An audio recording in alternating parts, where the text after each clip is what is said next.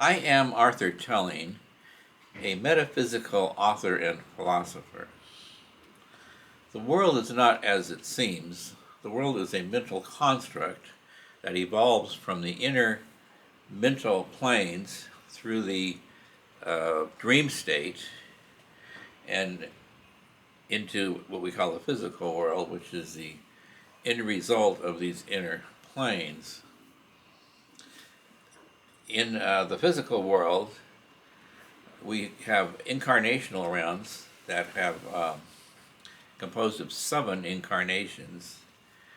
And once we start an incarnation, and I am an incarnation and you are an incarnation, and we are one incarnation of a 7-round cycle, and we must complete the 7 rounds to end that cycle of incarnations.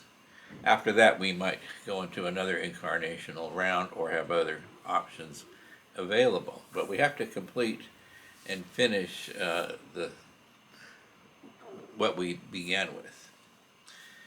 And what we start with is actually, you can chart it like the colors of the rainbow or the 7 chakras of the body that are correlate with color: red, orange, yellow, green, blue, indigo, violet.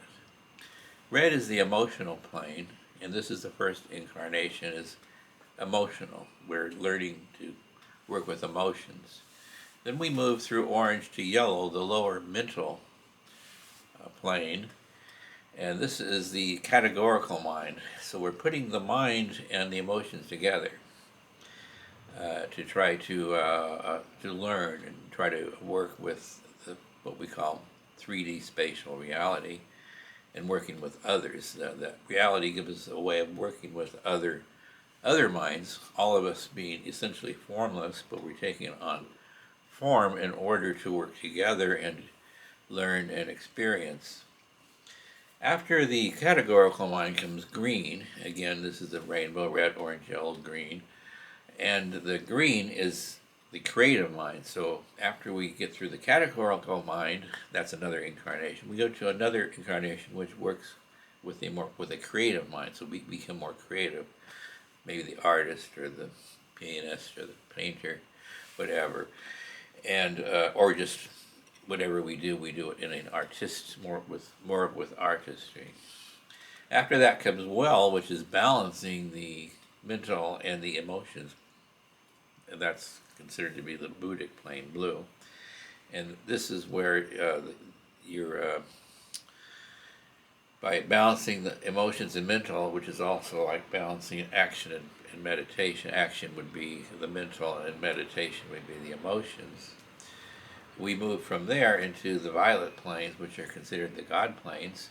We're moving up towards, on a musical scale, you have the 7 major notes, and then you go back to the 8th note as the beginning of the first note, which I think is C. And so that note again moves from red to red on our corresponding plane of feelings. So we need to complete that cycle, learning to control first the emotions and mental and putting them together to complete a full cycle and make us more of a whole being. And from that point we move on, like I say, maybe another round, but then we moved up one octave on the scale, and we keep on moving up, so we become more complex, better people, and making us better entities. I wrote a novel recently titled The Incarnation, Cleopatra's Story of Jesus. Now this came, inner information was used.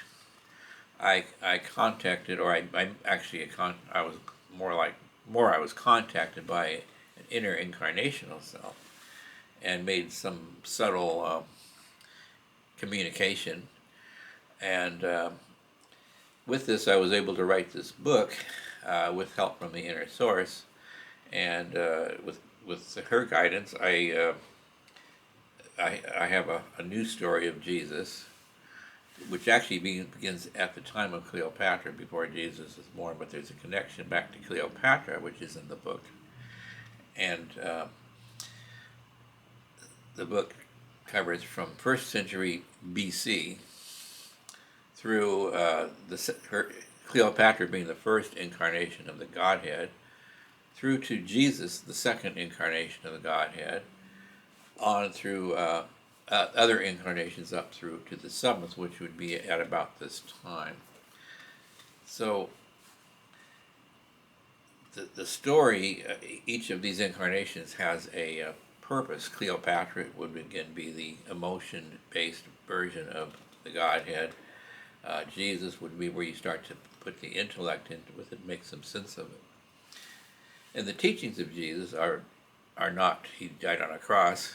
The teachings of Jesus are of the inner knowledge. He taught of this inner knowledge that he had, and the inner knowledge, with that you're open to the healing energy of God, and so healing is somewhat automatic. So Jesus, when he went around, people were healed just by the energy that he possessed, not that he was doing anything.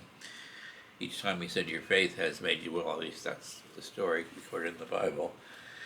But he wasn't healing anybody. The healing was coming from the higher, from God through, Jesus was a channel of that, and people who made contact with him, who were open to that channel, in other words, they had faith, became healed. And that's what set him apart from others. Other than that, he didn't really have any real ministry. He didn't come with a purpose. He was just somebody here, and again, this is in my book, and the story goes on from the 1st century BC through to about 325 AD with the Emperor Constantine, where Christianity becomes an established religion, and then on a little bit on to 600 AD in Egypt, where Jesus actually had founded the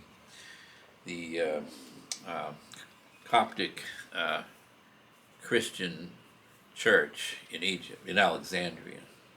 And so this was his accomplishment, which we don't even know about, historians don't know about, that happened after his supposed crucifixion, which happened, but it wasn't of Jesus. It was another man crucified. This shows up in the Quran as one place that says that he wasn't crucified. But the Seth Material by Jane Roberts is the source that I used, and this is the source that brought me to my incarnational selves, a high-level entity who spoke through Jane Roberts, an author back in the 1960s, 70s, and early 80s, and they wrote he wrote a ton of books that are better than anything you'll find in the world. That's my basis, my foundation for the best of the metaphysical information that I've learned over the years. I've recorded this in a number of books, but my most current one, The Incarnation, Cleopatra's Story of Jesus, is the one that I'm trying to push because it really comes from the inner sources.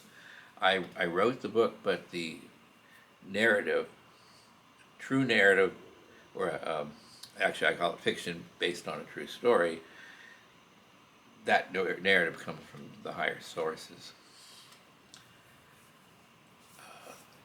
Thank you.